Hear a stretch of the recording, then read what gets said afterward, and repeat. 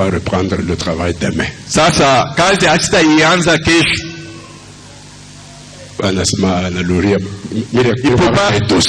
J'avais un dossier que j'avais laissé. Retenez d'abord vos kwanza chunga ile maneno yako jusqu'à ce que nous allons vous donner la consigne. Paka pale tutamionyesha sasa mnaweza kwenda nayo. OK. Sawa. Jusqu'à ce que nous allons vous donner la consigne. Paka pale tunaweza kuonyesha sasa. Venez pas chercher le pasteur Kankou. Mnaweza kwenda na ile maneno msiende kumtafuta sasa. Mpaka je vous donne la consigne. Pale nitamionyesha sema sasa mnaweza kwenda kwake na maneno yenu. OK. Sawa. Vous êtes content non? Mnafurahiwa si vile? Mungu abarikiwe. C'est vraiment bon, c'était nos prières. Ni mzuri yenye maombi yenye tuko naomba inaleta. Mama Kanku leo eko wapi? Mungu akubariki mama. Mama, Dieu te bénisse. Mzuri. Ça va kubakia veuve ya yene. C'est vraiment bien, nous sommes contents. Mzuri tunafurahiwa.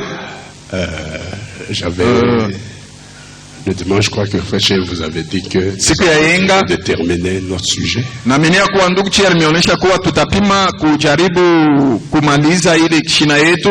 J'aimerais que nous puissions le terminer bien jeudi avec la prière. Napenda tupate kuimaliza mzuri siku ya ine kwa njia ya maombi. Alors, nous allons tenir debout pour lire la parole. Hapo tutasimama juu ili kusoma neno. Inclinons nos têtes pour un mot de prière. Tutainamisha vichwa vyetu juu ya msemo mmoja ya maombi. Notre Seigneur et notre Dieu, nous te remercions pour toutes les bonnes choses que tu fais pour nous, pour avoir guéri tes enfants et le pasteur Kankou, et pour tous les témoignages que nous avons entendus ici. Nous te disons sincèrement merci. Comme il l'a dit tout à l'heure, nous souhaitons et nous te prions que tu continues à être toujours au milieu de nous, afin que quand nous aurons des problèmes, que nous prenions auprès de toi et que nous ayons des solutions. Seigneur, merci beaucoup pour tout ce que tu as fait. Dans le nom bienveillant du Seigneur Jésus-Christ, bénis ta parole maintenant pour ta gloire. Amen. Amen. Reprenons Romains chapitre 11. Tutabeba wa Roma sura yake 11. 12, excusez-moi. 12 mniwe razi. Verset 11. Mstari wake wa 11. Est-ce que là au fond vous entendez? Eti kule nyuma kabisa sauti yangu inafika? Sasa mseme. Menesha kuniambia sema kama mseme, kama mshikie mseme. Je vous ai déjà dit que si vous n'entendez pas, là au fond il faut faire signe. Kule kumkongo abashiki. Hapana kushonta. Ushonta kintu fanya sema bashiki. Abatashikia bilole biloko na shonta hapana. David, kule kumkongo abashiki. Abashiki unaanza kunishonta bafri.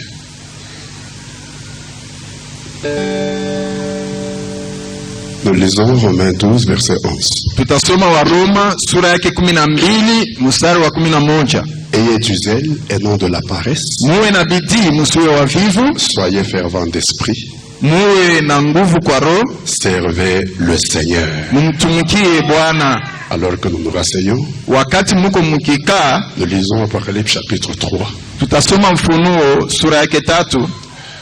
Je voulais dire aussi que, comme vous avez vu le pasteur Kankou ici, nilimeonyesha kuwa kama vile mlimuona pastor Kankou, n'allez pas à 50 à 100 à la maison. Musiende watu 50 100 nyumbani kwake. Vous l'avez vu ici, le salut est là dehors. Mulimuona, inafai tu msalimu kule nje. Et puis après, na kisha baadaye vous suivez la consigne que nous vous avons donnée. Mufuate shauri ambayo tulimewapatia. Apocalypse chapitre 3 versets 1 et 2. Ufunuo sura yake 3 mstari wa kwanza mpaka kwa 3. Mais il y a trop de basses, Daniel. Kuko sauti kubwa ya mingi. Écrit à l'ange de l'église de Sardes. Andikia malaika wa kanisa ya Sardi. Voici ce que dit celui qui a les 7 esprits de Dieu et les 7 étoiles. Tazama kenye mwenye kuwa na roho 7 ya Mungu na nyota 7. Je connais tes œuvres. Najua kazi zako. Je sais que tu passes pour être vivant et tu es mort. Najua kuwa unadizania kuwa mzima alafu wewe ni mwenye kufa. Sois vigilant et affermis le reste qui est près de mourir. Angalishisha vizuri kabisa na utie nguvu yenye nabaki karibu kufa. Car je n'ai pas trouvé tes œuvres parfaites devant mon Dieu. Kwa kuwa sikupata kazi yako kamilifu mbele ya Mungu wangu. Ok. So, que Dieu bénisse la toute sa parole. Mungu abariki usomi wa neno lake. Alors, nous parlions sur servir le Seigneur avec joie. Hapo tulikuwa tukisemea juu ya kutumikia Bwana na furaha. Parce que nous avons trouvé que le sens profond de notre christianisme, kwa kuwa tuliona kuwa maana yenyewe ya upana ya maana ya maisha yetu ya Ukristiane de servir Dieu. Ni kumtumikia Mungu. C'est pour ça que nous sommes devenus chrétiens. Ni njuu ya ile tulikuwa wa Kristo. C'est pour servir Dieu. Ni njuu ya kumtumikia Mungu. Alors, étant chrétiens, hapo wenye kuwa wa Kristo, nous devons servir Dieu. Tunapaswa kumtumikia Mungu. Nous devons être des bons et fidèles serviteurs. Tunapaswa kuwa waaminifu wema na wazuri pour avoir notre récompense dans cette vie. Ili kupewa malipo yetu maisha hiyo ya chini. Et aussi une récompense dans la vie et le monde à venir. Na pia malipo katika dunia ijayo. Nous avons vu que Jésus a dit tuliona kuwa Yesu alisema que si nous sommes des bons et fidèles serviteurs, kuwa kama tuko watumishi wema na waaminifu, il va nous confier beaucoup. Yeye atatupatia kazi pa bintu mingi. Il va nous donner une grande récompense. Atatupatia malipo kubwa. Puis nous avons lu frère Branham. Kisha tulimsoma ndugu Branham. Qui nous a dit que mwenye alituonyesha kwamba servez-le, mumtumikie Mungu, Dieu s'occupera du reste. Mungu ataangalia maneno yote yenye kubaki. Amen. Amina. Et ça, c'est dans cette vie-ci. Na hiyo ni mwiyo maisha hii. Et Jésus et William Branham ont dit na Yesu na William Marion balisema que si nous sommes des bons et fidèles serviteurs, kuwa kama tuko watumishi wema na waaminifu dans la vie à venir, mu maisha yenye itapokuja, dans le monde à venir, mu dunia yenye ijayo, notre récompense malipo yetu sera que nous allons entrer dans les joies du Seigneur. Kusema tutaingia katika mafuraha ya Bwana dans le monde à venir. Mwile ulimwengu ijayo. Mais si nous sommes des serviteurs méchants, na kama tuko waaminifu wabaya, paresseux, wenye uvivu, inutiles, wasipomana, Jésus a dit ôtez-le ce qu'il a. Yesu anasema muwanyanganye kenye wanacho. Ça veut dire nous resterons mains vides. Maana yake tutabaki mikono mitupu. Dites amen. Semeni amina. Dans cette vie-ci, mwii dunia leo, nous resterons mains vides. Tutabaki mikono mitupu. Puis dans la vie à venir, kisha mu maisha ijayo, Jésus a dit, Yesu alisema j'étais les serviteurs méchants, kuwa mtupe wa watumishi wakali, paresseux et inutiles, wenye wasipomana, jetez-le dans les ténèbres du dehors, na wavivu muwatupe katika giza ya nje, là où il y a les pleurs et les grincements de dents, kwenye kuna vilio na kusaga meno. Amen. Amina. Et nous avons compris qu'avec ça, na tulielewa kuwa pamoja na hiyo, Frère Branham a dit, Abraham alisema, j'espère que chacun de vous servira le Seigneur. Nadhania kuwa kila mmoja wenu atamtumikia Bwana. Si nous lisons dans Exode 23, kama tunasoma katika Kutoka 23 au verset 25, mstari wake 25, Dieu dit ceci. Mungu anasema hivyo. Exode 23, 25. Kutoka 23 mstari wa 25. Vous servirez l'Éternel, mtamtumikia Bwana votre Dieu, Mungu wenu, et il bénira votre pain, na atabariki chakula yenu et vos eaux, na maji yenu, Et j'éloignerai la maladie du milieu de toi. na nitapeleka mbali magonjwa nawe. Oula nasikia asema amen. C'est lui qui a compris ça qu'il dit amen. Servirez l'Éternel votre Dieu. Utamtumikia Bwana Mungu wewe. Et quand vous le servirez, Na wakati mtaka mumtumikia, va faire, yeye atafanya nini? il bénira votre pain Atabariki chakula yenu et vos eaux. na maji yenu. Il bénira cela. Ataibariki ile. Il le bénira pourquoi? Atabariki kwa nini? Pourquoi? Kwa nini? Parce que vous le servez. Kwa kuwa mnamtumikia. Et c'est une récompense qu'il vous donne dans cette Ni vie. malipo anakupatia muhii maisha. Il bénira votre pain. Atabariki chakula yako, Il bénira vos eaux. atabariki maji yako. Et j'éloignerai la maladie du milieu de toi. Na nitatuma magonjwa mbali nawe. Dieu peut te guérir parce que tu le sers. Mungu anaweza kukuponya kwa kuwa uko namtumikia. Même le pasteur Kankula, Dieu l'a guéri parce que tu le sers. Pastor Kankuli, Mungu alimtunza kwa kuwa uko namtumikia. Et si Dieu voit que Na kama Mungu anaona vous kwamba êtes malade, wewe ni mgonjwa, vous voulez être guéri unataka kuponya pour le servir, juu ya kumtumikia, alors il a un intérêt à vous guérir. hapo sasa iko na faida yote juu ya Il kutunza. vous guérira pour que vous le serviez. Atakuponya ili upate kumtumikia. Dieu t'amène. Semeni amina. C'est ça. Joy, C'est ça, mes frères. joy ndugu zangu, C'est ça, mes sœurs. joy dada yangu. Nous aimons nous battre pour avoir le pain. Tutajipikapika njuu ya Nous chakula, aimons nous battre pour avoir une bonne vie. tutajipikapika njuu ya kuwa na maisha Nous mema. aimerons aller nous faire soigner partout pour être en bonne santé. Tutapenda watutunze Mais aizuru la wapi meilleure juu ya kuwa façon na afya njema, alafu pour kama que vous mzuri ayez votre pain, ili uwe na chakula pour yako, que vous ayez vos eaux, ili uwe na pour maji que yako, vous soyez guéris, ili uponywe. servez le Seigneur. Mumtumikie Bwana, Vous servirez l'Éternel votre Dieu mtamtumikia Bwana et wenu, il bénira votre pain na atabariki chakula yenu et vos eaux. na maji yenu, Et j'éloignerai la maladie na du milieu nitapeleka de toi. mbali magonjwa na mbali na wewe. Dites Amen. Sema amina. Alors vous voulez être béni, Hapo unataka kubarikiwa, vous voulez être guéri, unataka kutunzwa, faites quoi? ufanya nini? Servez l'Éternel. Umtumikie Bwana, Parce que là, kwa kuwa pale vous accomplissez le sens, la raison pour laquelle vous êtes devenu chrétien. unatimiza maana na sababu ambayo wewe ulikuwa Mkristo. Vous accomplissez le but de votre christianisme. Utatimiza ile kifukuzio ya maisha Et là, yako, vous ne péchez pas. na pale wewe utende Parce dhambi, que le mot péché signifie kwa kuwa kutenda dhambi maana yake manquer le but. kupusa Et shabaha. vous êtes devenu chrétien dans quel but? Na ulikuwa Mkristo juu ya Pour nini? le servir. Bila kumtumikia. Alors quand vous le servez, Hapo wakati vous ne unamtumikia, péchez pas. hautende Alors il dhambi, bénira votre pain, hapo atabariki chakula bénira yako, vos eaux, atabariki maji il yako, éloignera de vous la maladie. atatuma mbali nao Et quand vous magonjwa. ne le servez pas, Wakati vous haumtumikie, n'accomplissez pas le but. hautumikie, Vous êtes un pécheur. wewe uko mtenda dhambi, Et Dieu na Mungu n'exauce pas la prière d'un pécheur. ajibu yake maombi ya mtenda dhambi. Amen. Amina.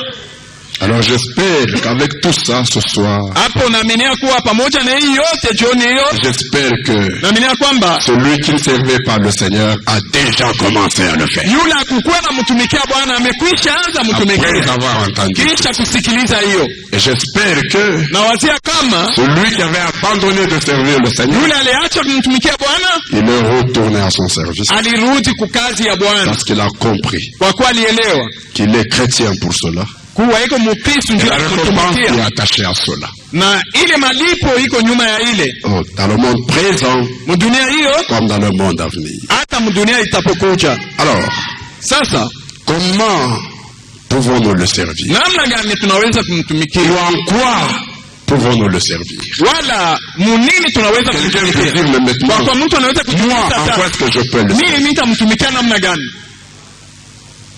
Moi, en quoi est-ce que je peux le servir? Mimi nitamtumikia munini? C'est là que nous avons vu Ni kweli tuliona qu'il y a une commission collective kuwa kuna kazi ya watu wote pamoja, dans laquelle tous nous servons le Seigneur ile kazi sisi wote tunamtumikia Bwana en faisant les mêmes choses. tukifanya maneno moja moja, Et c'est ce que nous avions vu la dernière fois à ce sujet. Ndiko tuliona wakati uliopita kuhusu hii. Je vous rappelle d'abord que nous avons lu frère Branham qui a dit, Kwanza ninawakumbusha tulisoma ndugu Branham. nous servons le Dieu vivant Anasema kuwa tunatumikia Mungu par des œuvres vivantes. kupitia matendo iliyo hai yenye kuonekana. Vous vous rappelez cette citation-là?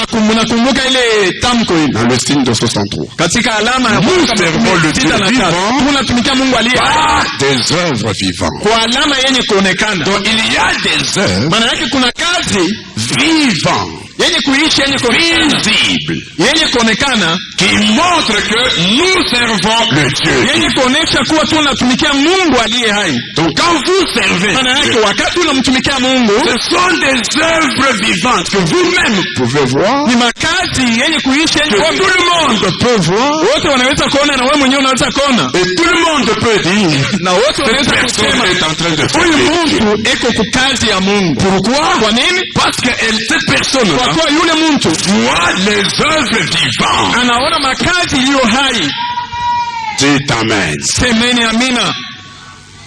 Alors, Hapo sasa nous avons montré que tulionyesha kwamba nous avons tous une commission sisi wote tuko na kazi moja, de servir Dieu kumtumikia Mungu en allant à l'église. tukienda kanisani. Amen. Amina. Comme nous sommes venus ce soir à l'église, Kama vile tulikuja jioni hiyo kanisani, nous avons servi Dieu. tulimtumikia Mungu. Vous savez, il y a quelque chose. Mnajua kuna kitu moja, Je ne sais pas si vous avez déjà pensé. sijui kama mmeisha kuona ile. Dieu, il est omniprésent. Mungu eko Il est omniscient. anajua vyote. N'est-ce pas vrai? Si kweli? Mais dans le jardin d'Éden, Alafu katika bustani ya Edeni, vraiment, Mungu anasema Dieu et Adam se rencontraient chaque soir sous un arbre. Mungu na Adamu walikuwa na kutana jioni yote chini ya mti. C'est pas écrit dans la Bible, mais c'est ce que Frère Branham a dit. Haikuandikwa katika Biblia, alafu ndio kitu kenye ndugu Il Branham dit, cet alisema. arbre-là, Asa ile mti c'était la cathédrale de Dieu. ilikuwa ni kanisa kubwa ya Mungu. Là où Dieu et Adam se rencontraient, Mungu na Adamu walikuwa na patana soit pour la communion. jioni yote ili kushiriki. C'était l'église Ilikuwa ni kanisa où Adam allait kwenye Adamu alikuwa na pour adorer Dieu ili kumwabudu Mungu chaque soir. kila jioni. Et tant qu'Adam avait regardé la parole, Na wakati yoyote Adamu alichunga neno, il allait à l'église chaque soir. alikuwa anaenda kanisani kila jioni. Avant qu'il ne pêche, Mbele ya yeye kutenda dhambi, chaque soir, kila jioni Adam allait à l'église Adamu alikuwa anaenda sous cet kanisani arbre-là chini ya ile mti pour avoir communion avec Dieu. juu ya kushiriki na Mungu, Pour vous montrer que juu ya kumwonyesha kwamba quelqu'un qui garde la parole, mtu mwenye kuchunga il ira toujours à l'église. ataenda kila mara kanisani. Chaque fois que les portes de l'église sont ouvertes. Kila mara milango ya kanisa iko wazi. C'est ce qu'Adam faisait. Ndio kila Adamu alikuwa anafanya.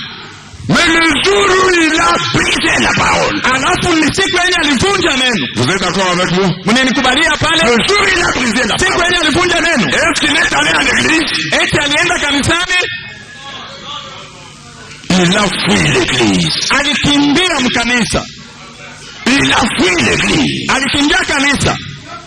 Quand vous commencez à fuir l'église, il y a quelque chose qui ne marche pas. Kama tunaniona mnaanza kimbia kanisa, kuna kitu moja akitembea. Laissez-moi parler. Mwache niseme. Quand vous perdez la joie d'aller à l'église, Wakati unapoteza furaha ya kwenda kanisa, il y a un ça ne va pas kuko kitu kenye entre moi et la parole. katikati yako wewe na neno. Tant que Adam gardait la parole, Wakati wote Adamu alikuwa Frère Branham dit, chaque soir, kila jioni il allait sous cet arbre alikuwa anaenda chini ya ile mti pour avoir communion avec lui. ili kushiriki na Mungu. Il allait à l'église. Alikuwa anaenda kanisani soir. kila jioni. Mais le jour où il a péché, Siku yenye alitenda dhambi, première réaction, kitu cha kwanza il a fui l'église. alikimbia kanisa. Et quand il a fui l'église, Na wakati alikimbia kanisa, écoutez, msikie, Dieu qui est omniscient, Mungu mwenye kujua yote, Dieu qui connaît tout, Mungu mwenye kujua yote, Dieu dont l'œil parcourt la terre entière, Mungu mwenye jicho yake anaona dunia yote. il Il a commencé à chercher Adam. Akaanza kumtafuta Adamu. Où es-tu, Adam? Adamu uko wapi? Pourquoi? Kwa nini? Il était allé à l'église. Alikwenda kanisani Comme toujours. kama kila siku. Parce que frère madame dit, Dieu tient toujours tous ses rendez-vous. Eko naenda kila mara kanisa. Il était allé à l'église. Alienda kanisani. Mais il a trouvé qu'Adam n'était pas à l'église. Alafu alikuta kuwa Adamu akukuwa ako mkanisa. Musema amen. Dites amen. Alors quand il disait Adam où? Sasa wakati alikuwa akilalamika Ce n'est pas que Dieu ne connaissait pas où était Adam. uko wapi? Sikusema kuwa Mungu akujua Adamu yuko wapi. Adam pouvait se cacher où? Adamu angeweza kujificha wapi? Loin de l'œil de Dieu. Mbali ya nicho ya Mungu. Où est-ce que l'homme peut se cacher? Mali kanisa anaweza kujificha. Si c'est ça dans les profondeurs de la Bible. Nikishuka chini musimi. Mon œil te verra. Ton œil me verra. Nicho yako itaniona. Adam pouvait se cacher où? Nulle part. Adamu angeweza kujificha wapi? Fazi hata mmoja. Mais quand Dieu disait, Alafu Adam où es-tu? Adamu Il voulait dire, alitaka kusema Adam tu n'es pas à l'église. Adamu hauna mkanisa. Adam tu n'es pas à l'église. Adamu hauna mkanisa. Je suis déjà venu à l'église. Nimekwisha Pour notre réunion. juu ya kushiriki. Toi tu n'es pas à l'église, Adam. Pourquoi? Hauna kukanisa Adamu kwa nini? J'aimerais que vous compreniez ceci. Nataka muelewe hilo. Chaque fois que vous vous absentez de l'église, Dieu va vous chercher ici à l'église. Kila mara mtalofa kanisa, Mungu yeye atakutafuta huko kanisani. Quand il sera là, Wakati atafika, il regarde à ta place là. anaangalia Tu kwa n'es pas nafasi là. hauna hapo. Il va dire, Atasema, Mbouyi, "Ui, uko wapi? je suis à l'église, toi tu es où? Niko kukanisa. Wewe uko wapi?" C'est ça le sens profond Joe. Adam, où es-tu? Maana ya upana kabisa Ce n'est pas que ya Dieu ne voyait pas où était Adamu, Adam. Adamu uko wapi? Sikusema kuwa Mungu akuona kwenye Adamu alikuwa. Dieu ne le voyait pas. Kwa kuwa C'est kama que Dieu Mungu n'est pas akuona, omniscient. maana yake Mungu asijue mambo yote. C'est que son œil Maana yake licho a un endroit où Dieu ne voit pas. iko nafasi yenye asione. C'est là où Adam était allé se cacher. Njoo kwenye ile fasi Adamu alienda. Inawezekana ile? C'est pas possible. Mais Haiwezekani. il voulait dire, Alafu Adam, alitaka kusema, Adamu, moi et toi nous nous rencontrons à l'église. mimi na wewe tunapatanaka kanisa. Mais là je suis à l'église. Sasa nimekwisha fika Toi kanisani. tu n'es pas là. Wewe hauko. Alors quand nous venons à l'église, Afu wakati nous servons sote Dieu. tunakuja kanisani tunamtumikia Mungu. Dites Amen. Msemeni amina. Quand nous chantons les cantiques, nous servons Wakati Dieu. tunaimba nyimbo tunamtumikia Mungu. C'est pourquoi Ni kwa maana arrangez-vous chaque fois que l'on chante pour chanter. ujitayarishe njoo kusema kila mara tuko naimba na wewe Si vous ne pouvez pas chanter, kama huwezi kuimba joyeux pour le Seigneur. ufanye kelele ya furaha juu ya Bwana. Parce que quand nous chantons, nous servons Dieu. Kwa kuwa wakati tuko naimba tunamtumikia Mungu. Quand je prêche comme ça, je sers Dieu. Wakati mimi nahubiri hivyo, mimi namtumikia Mungu. Quand vous écoutez la parole, vous servez Dieu. Wakati mimi unasikia neno, mimi namtumikia Mungu. C'est pourquoi frère me dit, ne venez pas à l'église pour dormir, Usikuje mais kanisani venez à l'église pour écouter. ili kulala, alafu kuja kukanisa ili usikie. C'est pourquoi il dit, dormir dans l'église, c'est une malédiction. Kulala mkanisa ni laana. Parce que ça ne fait pas partie de Kwa kuwa servir Dieu. ile haina sehemu ya kumtumikia Mungu. C'est Amen. Semeni amina. Et quand vous servirez l'Éternel, Na wakati mtamtumikia Bwana, il bénira votre pain. atabariki chakula yako, Il bénira votre eau. atabariki maji yako, Il éloignera de vous la maladie. atapeleka nawe mbali magonjwa, Parce que vous le servez. kwa kuwa unamtumikia. Gloire au Seigneur. Et nous avons vu que Na tuliona kwamba quand nous nous servons les uns les autres, nous servons le Seigneur. wakati tunatumikiana wamoja na wengine tunatumikia Bwana. Je vous ai donné un exemple Nilimpa mfano qui semble être banal, mais pourtant la vérité. yenye inaonekana ya chini chini kabisa, alafu yenye kuwa ukweli. Quand j'ai fait ceci, Wakati nilitupa hiyo, frère, donnez-moi ça. ndugu, unipatie hiyo. Il vient de servir le Seigneur. Mkufanya hivyo anamtumikia Bwana. Vous direz, mais c'est à vous qu'il l'a donné. Utasema kuwa anakupatia yeye ni wewe. Toi, tu es devenu le Seigneur. Wewe unakuwa Bwana. Qui l'a servi. Mwenye alinitumikia. C'est là où je vous ai dit. Ni kweli nimeonesha. Ne venez pas ici avec la conception catholique de la divinité. Usikuje hapa na kuona kimungu kama Katolika. Où Dieu il est, je ne sais pas où là. Yenye ile mawazo ya kusema Mungu yuko kama ni wapi. Il a abandonné l'homme. Na aliacha mtu. Et l'homme va un jour aller vers Dieu. Na mtu siku moja ataenda kwenye kuko Mungu. Non. Tam. Mais Dieu. Alafu aujourd'hui, leo le ciel a été amené sur la terre. Mbingu uliletwa hapa chini. Et la divinité aujourd'hui, na umungu leo, tabernacle derrière les chairs humaines. Inekaa ndani ya watu. Dites amen. Semeni amina. Je veux parler. Naweza kusema depuis que la plénitude de Dieu est venue en frère Branham. Tokea hii utimilifu wa Mungu ulikuwa ndani ya ndugu Branham. Écoutez bien. Msikie mzuri. Le Dieu qui était en frère Branham n'est pas parti avec frère Branham. Mwenye alikuwa ndani ya ndugu Branham hakukwenda na ndugu Branham. Moi, il est entré en moi. Mimi alinyanga ndani. En chacun de nous, Dieu est là-dedans. Ndani ya kila mmoja wetu Mungu yuko mule ndani. Je peux parler? Ndugu naweza frère Branham. Ndugu Branham anasema vous atteignez la stature de non pas. Wakati unafika kukihimo cha mtu mkabili que le Saint-Esprit entre. Na Roho Mtakatifu ni ndani yako. Quand vous demandez quelque chose, anasema wakati unamuomba kitu moja, vous priez à la chose qui est au-dedans de vous. Unaomba kitu kenye kuwa ndani yako mwenyewe. C'est pourquoi, ni kwa maana même sans élever la voix, hata bila kunyanyua sauti, tu peux murmurer une prière. Unaweza kuongeleza maombi kidogo. Dieu écoutera. Mungu atasikia. Il écoute à partir d'où? Atasikia tokea wapi? De votre cœur. Ndani ya moyo wako. Il entend la prière. Atasikiliza maombi. Dites amen. Semeni amina. Dans la dispensation du Père, mwakati ya Baba, Dieu était au-dessus de l'homme. Mungu alikuwa juu ya Mungu. Dans la dispensation du Fils, mwakati ya Dieu était à côté de l'homme. Mungu alikuwa kando ya Mungu. Nous ne sommes pas dans la dispensation du Père. Hatuna mwakati ya Baba ya Nous sommes dans la dispensation du Saint. mwakati ya Roho Mtakatifu. Le même Dieu qui était au-dessus de l'homme. Mungu moja moja à côté de l'homme. Kando kando. Il est dans l'homme maintenant. Sasa iko ndani ya mtu. Alors si vous voulez servir Dieu, ukitaka kumtumikia Mungu, servez quelqu'un en qui Dieu habite. Utumikie mtu ule kwa Mungu ndani yake. Dites amen. Semeni amina. C'est pourquoi, kwa maana n'allez pas servir un prostitué. Usiende kumtumikia mkahaba. Parce que Dieu n'est pas en lui. Kwa kuwa Mungu ana ndani yake. Mais quand vous servez un fils de Dieu, alafu wakati servez une fille de Dieu, mtumikia binti wa Mungu, comme Dieu est en lui, vous avez servi Dieu. Pale unamtumikia Mungu. Nous sommes amen. Dites amen. C'est la vérité et la vérité reste la vérité. Ni ukweli na ukweli inabaki ukweli. Faut enlever l'idée d'un Dieu imaginaire. Inapaswa kutosha ile mawazo ya Mungu wa mawazo. Un Dieu catholique. Mungu wa kikatoliki.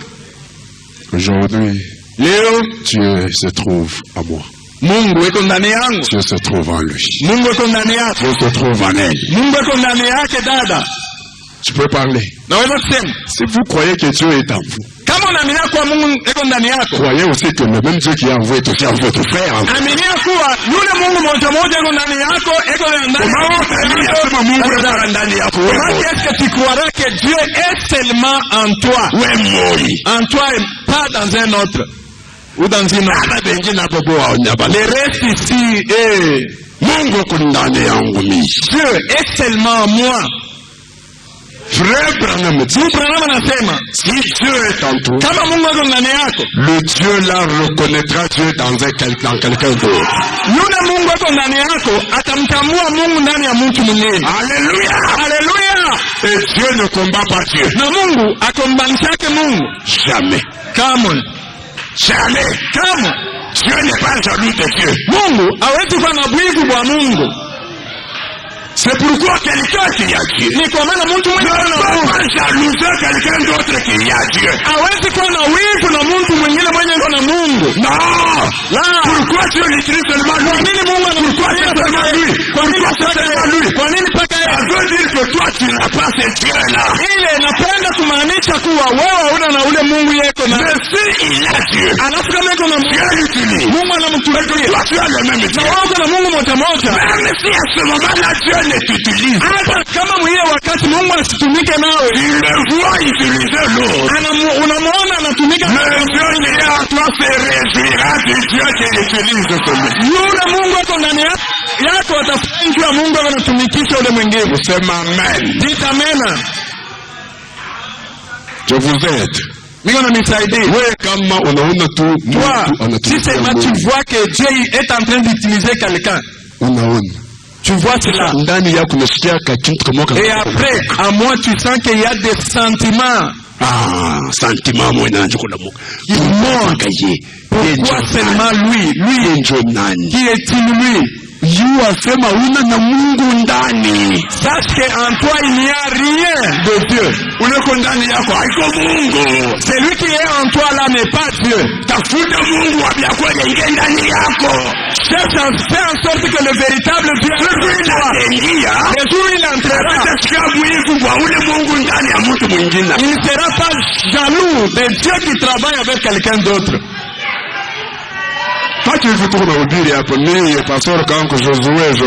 Comme nous prêchons ici, pasteur Kantou, Josué, Joël, pasteur Mathieu, Dieu nous a mis ici pour que nous les servons.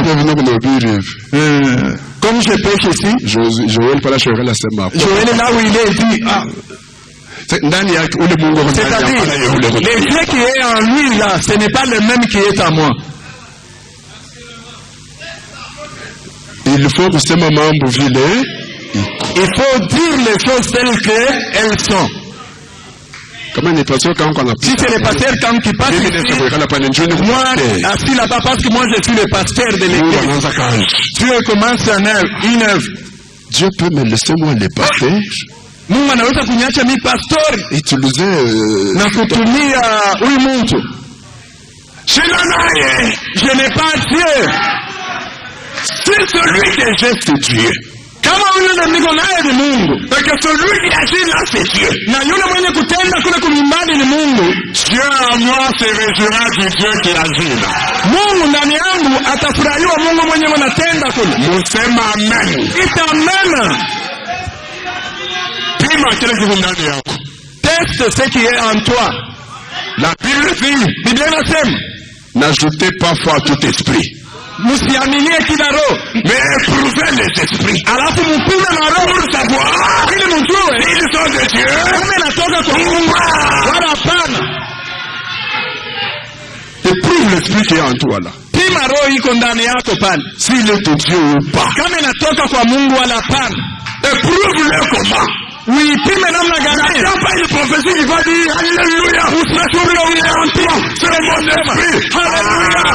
Roho yenye kuwa ndani yako ni yangu. Mais regarde les œuvres vivantes de cet esprit. Angalia matendo yenye kuwa hai ya hiyo roho. Ce sont ces œuvres. Ni hiyo matendo Identifieront si c'est l'esprit de Dieu ou si ce n'est pas l'esprit de yenye Dieu. kuonesha kuwa kama ni roho wa Mungu wala hana roho wa Mungu.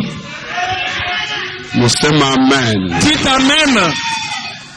Nous servons Dieu Tunatumikia Mungu en nous servant les uns les autres. tukitumikiana wamoja na wengine. Dites amen. Semeni amina. C'est là que nous avons parlé du malade. Malade spirituel qui sont dans l'église aujourd'hui. Tulisemea mgonjwa wa kiroho eko mkanisa leo. C'est que Frère Adam parle dans les images de Christ. Kenye ndugu Branham anasema katika mapicha ya Kristo. Il a dit, na kula alisema, vous allez à l'hôpital, kama mnaenda hospitalini, vous trouverez que mtaona kwamba la personne dont on s'occupe le plus, yule mtu wanatazamia kabisa, la personne qu'on sert le plus à l'hôpital, yule mtu wako natunza kabisa kwa hospital, c'est la personne qui est malade. Ni mtu yule eko mgonjwa kabisa. Quand il est très malade, wakati eko mgonjwa kabisa, tout le monde est à son service. Watu wote wanaenda kuangalia waone eko je. Quelqu'un d'autre touche là-bas. Lui il est là, regardant derrière. Watu wote wako namtazamia yeye. Tout le monde le sait. Watu wote wanamtumikia. Pourquoi? Kwa nini? Il est malade. Yeye ni mgonjwa. Frère Nam dit, c'est comme ça qu'aujourd'hui dans l'église, il y a beaucoup de malades spirituels. spirituels. Mukanisa muko wagonjwa wengi wa kiroho. Qui demandent l'attention de tout le monde. Wenye wanataka watu wote waangalie paka wao. Qui veulent être servis par tout le monde. Wenye wanataka watu wote wawatumikie. Et si vous êtes comme cela, na kama wako vile, vous êtes un malade spirituel. Uko mgonjwa wa kiroho. Mais si vous êtes en bonne santé, alafu kama uko katika afya njema spirituellement, katika kiroho, vous serez le serviteur de tout le monde. Wewe utakuwa unatumikia watu wote. Msema amen. Dites amina. C'est là que nous nous étions arrêtés la fois passée. Jofazi ambapo tulisimamia mara iliyobaki. Nous ajoutons. Na sasa tunataka kuongeza. Nous lisons 2 Rois chapitre 17. Tulikuwa tukisoma Wafalme wa pili sura yake 17. Lisons 2 Rois chapitre 17. Tusome Wafalme wa pili sura yake 17. Verset 35. Mstari wa 35. Nous ajoutons maintenant. Sasa tuko naongeza une autre chose. Kitu kingine, en quoi nous servons le Seigneur. Kenye kinaonesha vile tunamtumikia Bwana. 2 Rois 17:35. Wafalme wa pili sura yake 17 mstari wa 15. L'Éternel avait fait alliance avec eux. Bwana alifanya agano pamoja nao. Il avait donné cet ordre. Na aliwapatia agizo hizo. Vous ne craindrez point d'autres dieux. Hamtaogopa Mungu mwingine. Vous ne procéderez point devant eux. Hamtainama mbele yao. Vous ne les servirez point. Hamtawatumikia. Et vous ne leur offrirez point de sacrifice. Na hamtawatolea dhabihu wala sadaka. Oula, nasikia asema amen. C'est lui qui a entendu ça qu'il dise amen. L'Éternel avait fait alliance avec eux. Bwana alifanya agano nao. Ce sont les enfants d'Israël. Ni watoto wa Israeli. Il avait donné cet ordre. Aliwapatia agizo. Vous ne craindrez point d'autres dieux. Hamtaogopa miungu Vous ingine. ne procéderez point devant eux. Hamtainama mbele yao. Vous ne les servirez point. Hamtawatumikia. Comment? En quoi? Namna gani na je? En quoi? Namna gani? Vous ne leur offrirez point de sacrifice. Hamtabatolea dhabihu wala sadaka. Offrir à Dieu un sacrifice, c'est le servir. Kumpatia Mungu dhabihu ni kumtumikia. Très bien. Offrir à Dieu kumtolea Mungu un sacrifice, dhabihu wala sadaka, le servir ni kumtumikia. Musema amen. Dites amen. Et ça, na hiyo c'est une commission collective pour nous tous. Ni kazi ya sisi wote pamoja juu ya Mungu.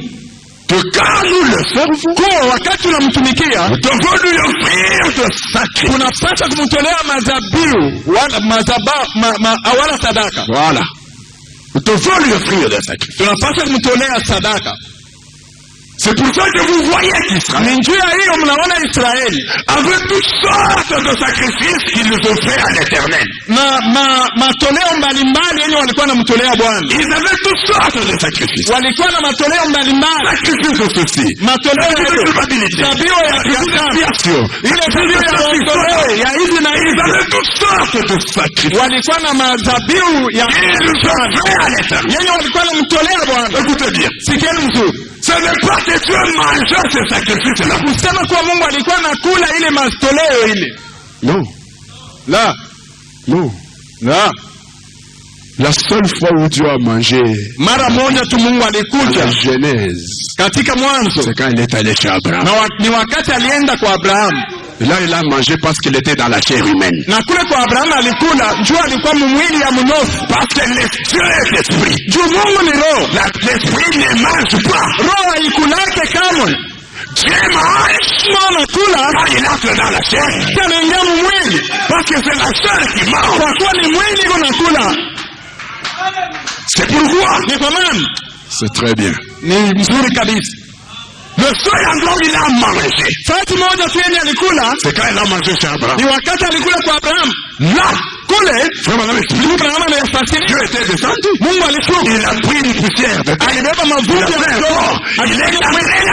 Aliingia mule ndani. Il est allé chez Abraham. Alienda kwa Abraham. Il était dans la chair. Kabla alikuwa la chair mange. Na mwili unakula. Il a mangé. Alikula. Remarquez. Alafu Abraham, il n'a jamais mangé de sacrifice. Kwa Abraham akukulake zabiu? Non. Wala matoleo, sadaka? Hapana. Non. Hapana. Mais quand il demande les sacrifices, wakati anaomba zabiu, il n'est pas dans la chair. ana katika mwili. Matoleo na sadaka ana mwili eko roho. Mais ces sacrifices-là, il ne va pas les manger. Alafu ile sadaka hata ikula. Je ne sais pas si vous avez suivi ce que je suis en train de dire. Pour manger, Dieu akula.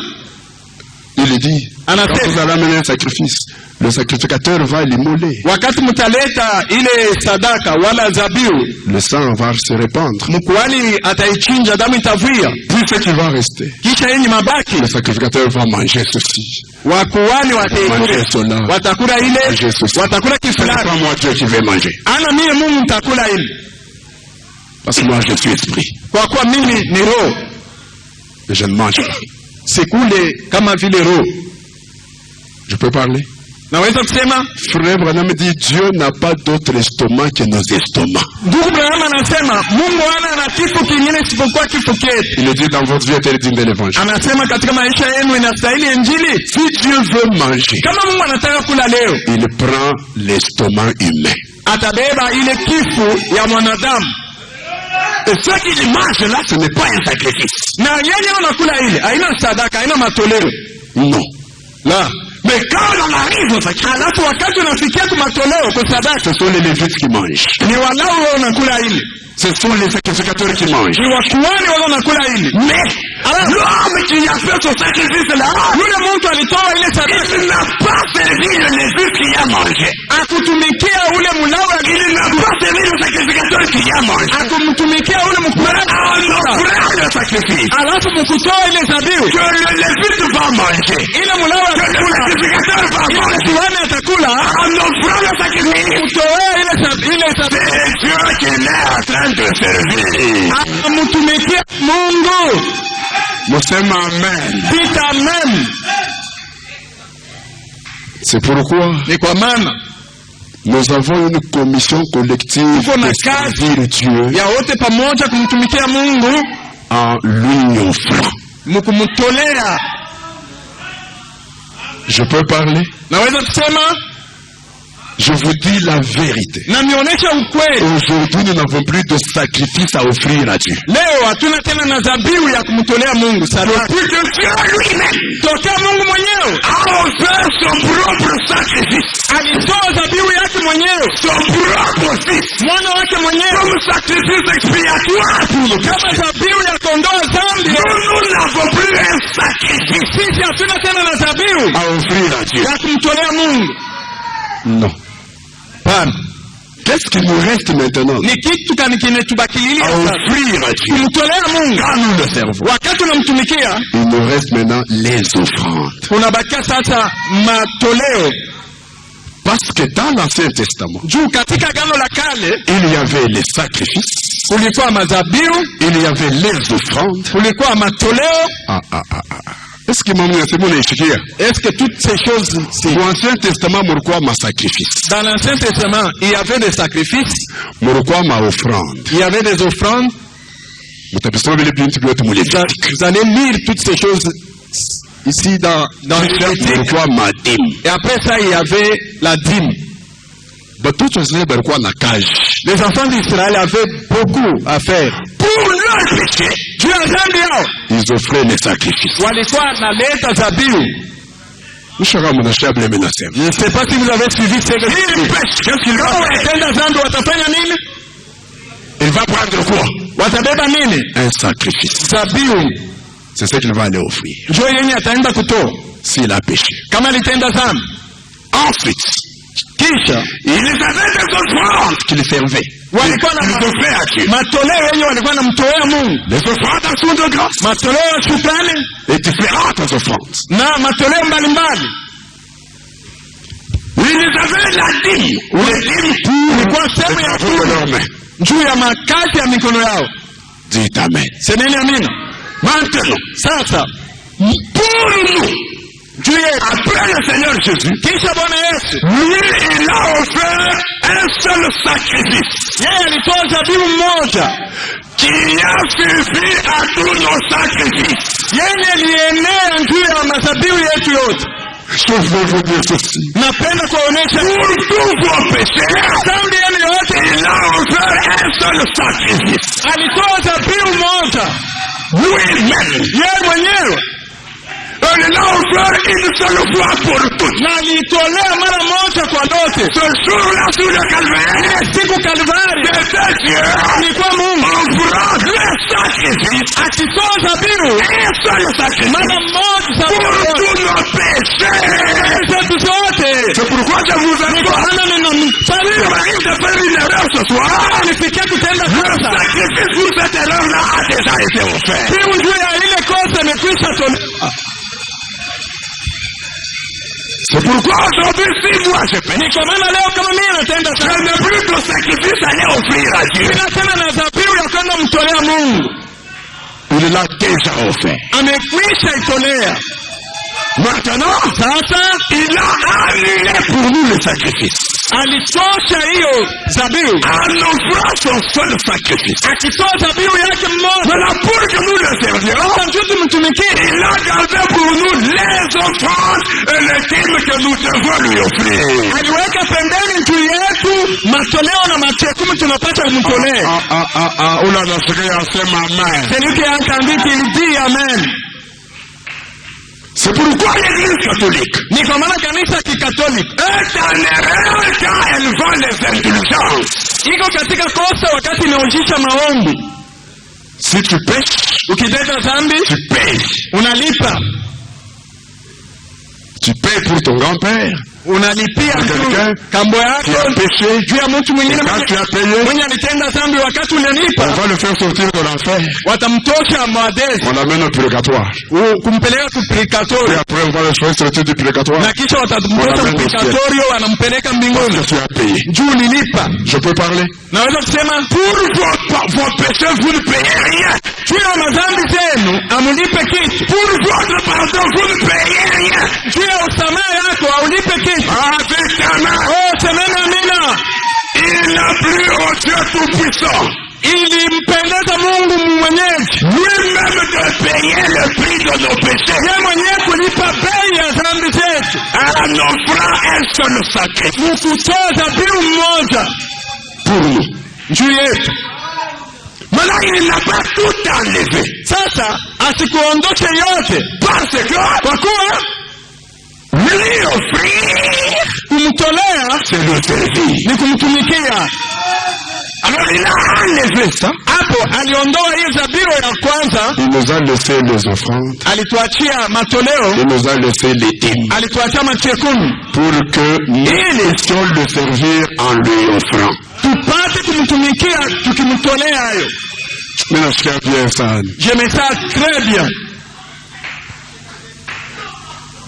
Et ça, c'est une commission de nous tous. Hiyo ni kazi ya sisi zote pamoja, De servir Dieu kumtumikia Mungu en lui offrant mkumtolea nos offrandes, matoleo yetu nos dîmes. na maseme yetu za Parce que kumi, le sacrifice kwa kuwa dhabihu pour les péchés, juu ya dhambi lui-même l'a déjà offert. yeye mwenyewe amekwisha kuitoa juu yetu.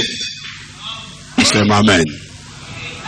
C'est pourquoi, Ni kwa maana quand nous payons les offrandes, nous donnons les offrandes, wakati tunaleta nous offrons les offrandes, tunatoa matoleo, nous payons nos dîmes. tunalipa sehemu zetu za kumi, Que faisons-nous? tuko nafanya nini? Nous servons le Seigneur. Tuko namtumikia Bwana Comme il a dit, kama vile alisema, que si vous me servez, kama je mnanitumikia paierai votre pain nitabariki chakula et yenu votre eau. na maji yenu. C'est pourquoi, Ni kwa maana quand vous payez votre dîme wakati unalipa sehemu yako ya et kumi vos offrandes, na masadaka yako, il bénit votre travail. anabariki kazi yako, C'est conforme à sa parole. inaambatana na neno lake. Dites Amen. Semeni amina.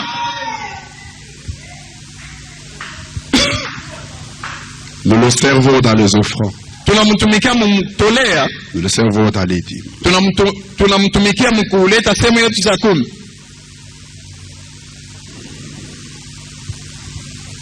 Écoutez, Sikieni, Frère Branham dit, ndugu Branham anasema un homme ne peut pas trop donner à Dieu. mtu hawezi kumpatia zaidi kabisa kwa Mungu. Très bien. On assume bien ça. Un homme ne peut pas tout donner à Dieu. Mtu hawezi kumpatia Mungu zaidi kabisa. Et c'est facile à comprendre. Na ile iko mwepesi kuielewa. Dieu, il est comme un océan. Mungu yeye yuko kama bahari kubwa. Peu importe la quantité d'eau, aizuru wingi ya maji ya mtoni, d'un fleuve, ya mtoni, quand ça arrive à l'océan, wakati nafika mubahari kubwa, ça devient petit. Inakuwa kidogo. Quand ça arrive où? Wakati nafika wapi? À l'océan. Mubahari kubwa, ça devient petit. Inapunguka. Un fleuve ne peut pas dire, il ne faut pas que j'entre dans l'océan. Parce que l'océan n'a pas de place pour l'eau que j'ai. Le fleuve ne peut pas dire ça. Une rivière ne peut pas dire, je ne voudrais pas me diriger vers l'océan. Si je vais vers l'océan, l'océan ne saura pas me contenir. J'ai beaucoup d'eau.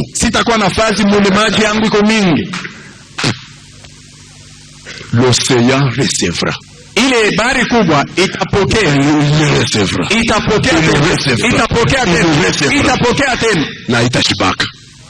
Ça ne va pas arriver au tombe. C'est ça Dieu. Joe, vile Mungu eko. Asizibaki. Mungu asibaki. Dieu ne se rassasie jamais. Mungu asizibaki. Dieu ne se rassasie jamais. Oh non. Il me l'appelait qu'il n'est né. Ce que j'ai donné ici, c'est suffisant. C'est suffisant et ça risque d'être trop.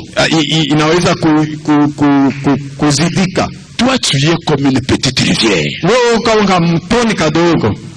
Tu es comme un petit fleuve. Tu te jettes vers l'océan. L'océan va t'absorber. Tu disparaîtras même dans l'océan. L'océan demeurera toujours l'océan. C'est pourquoi vraiment un homme ne peut pas trop donner à Dieu. Pour dire que depuis que j'ai commencé à offrir à Dieu,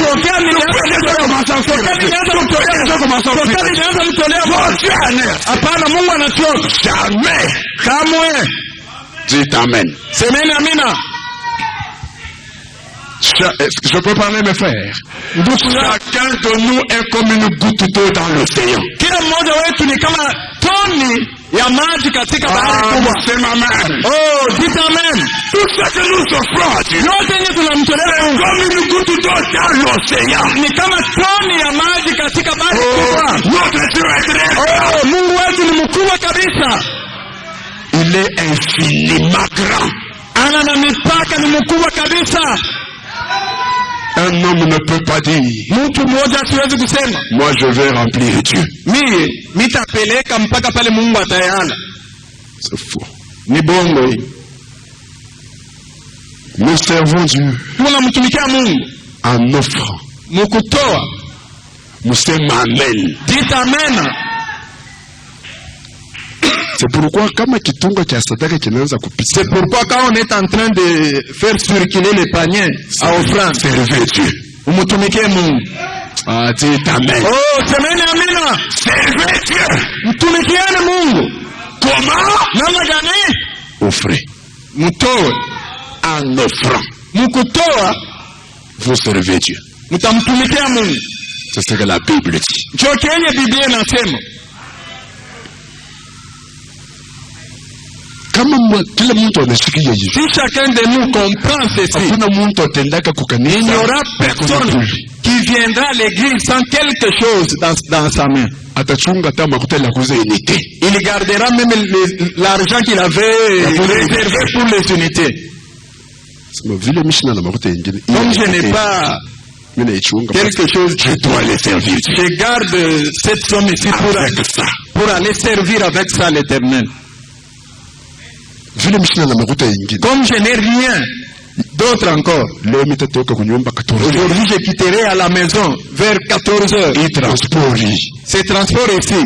Je garde ça. Je vais marcher à pied pour aller offrir ça à l'église. C'est amen. Comme aujourd'hui je n'ai pas quelque chose d'autre, seulement ça. Au lieu que je puisse manger tilapia, je vais manger même le matembele. Comme ça, je vais garder ce que j'allais acheter le tilapia pour aller offrir ça à l'église. Je vais aller servir avec ça Dieu. Parce qu'il sait ce qu'il fait. Kwa kuwa anajua ni kitu kaneno nafanya. Ah Seigneur. Oh Bwana. Nous sommes chrétiens pour servir Dieu. Sisi ni Wakristo ili kumtumikia Mungu. Et nous le servons. Na tunamtumikia en lui offrant. Mkumtolea. Que celui qui a entendu ça dit amen. Si l'église est bien enseignée, chaque personne dans l'église comprend qu'est-ce que c'est servir Dieu.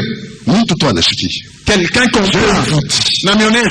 Vous n'allez pas pousser les gens à faire quelque chose.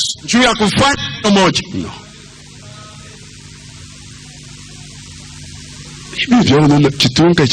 Ces histoires que vous voyez quand on passe le panier de toilette, c'est en ce moment-là que quelqu'un s'élève pour aller à la toilette. Pendant tout ce temps, il était là. Il voit simplement les paniers circuler. Il reste dérangé pour qu'il il s'élève. Il a l'envie d'aller à la toilette. Tu ne fuis pas le panier. Tu évites servir Dieu.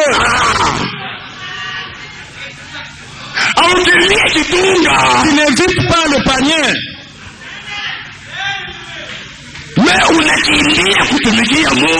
Mais tu évites de servir Dieu. Nous sommes amen. Dites amen. Chaque chose a son temps. Kila kitu kina wakati yake. Tu le sers en chantant. Unamtumikia ukimwimbia. Entre en esprit. Ingia katika roho. Danse. Cheza. C'est le temps de le servir. Ni wakati mkumtumikia. Mkuimba. Kama kitungu kinaanza kui. Quand le panier commence à circuler, c'est le temps de le servir. Ni wakati mkumtumikia. Mkutoa. Chaque chose a son temps. Kila kitu kina wakati yake. Quitte l'onction. Toka mpako. Descends. Quitte. Ya mimbo. Toka amo. Si tu avais les yeux fermés, ouvre. Kama ulikuwa unataka kufunga macho, fungua macho. C'est le temps de le servir. Wakati kumtumikia. Mkutoa. Le panier arrive là. Kitunga kinafika pale. Unatoka mpako Mungu descend là, tu quittes. Mwile upako ya nyimbo ile unatoka amo. Tu avais les yeux fermés dans l'onction de chant, ouvre-les. Ulikuwa umekwisha funga macho wakati ulikuwa naimba na upako. Fungua macho. Weka mkono mumufuko. Fais entrer la main dans ton poche. Tire là de l'argent. Sers Dieu. Et sers Dieu. Offre à Dieu. Si le panier rentre encore dans ferme encore et continue à adorer. Chaque chose en son temps. Kila kitu kiko na wakati yake. Amen. Semeni amina. Ce n'est pas ces choses d'agir contrairement. L'onction te saisit, c'est seulement quand le panier commence à passer.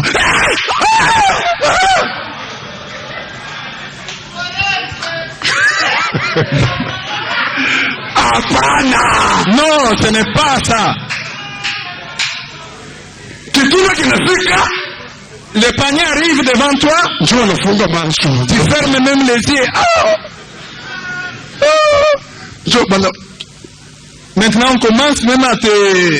Quand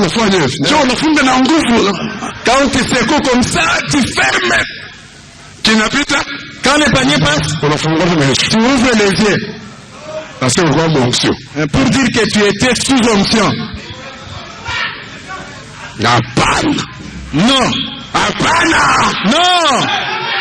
C'est amen. Comme tu ne remarquez bien vu, tout a changé. Si nous remarquons tout cela, nous allons changer. Nous allons entendre quand tu vas descendre de l'onction, nous laissons le panier toujours là-bas. Que tu quittes d'abord l'onction. Soit tu penseras que c'est déjà fini. Quand tu ouvriras les yeux, le panier t'attend toujours là-bas. Tu vas servir en chantant. Maintenant, tumikia Mungu mukutoa.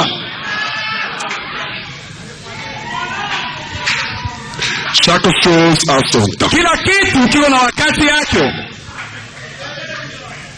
Dis amen. Semeni amina. Mwacha ile mambo. Cette habitude-là, ce n'est pas le malin. Manquer de servir Dieu. Mukufanya vile munakosa kumtumikia Mungu.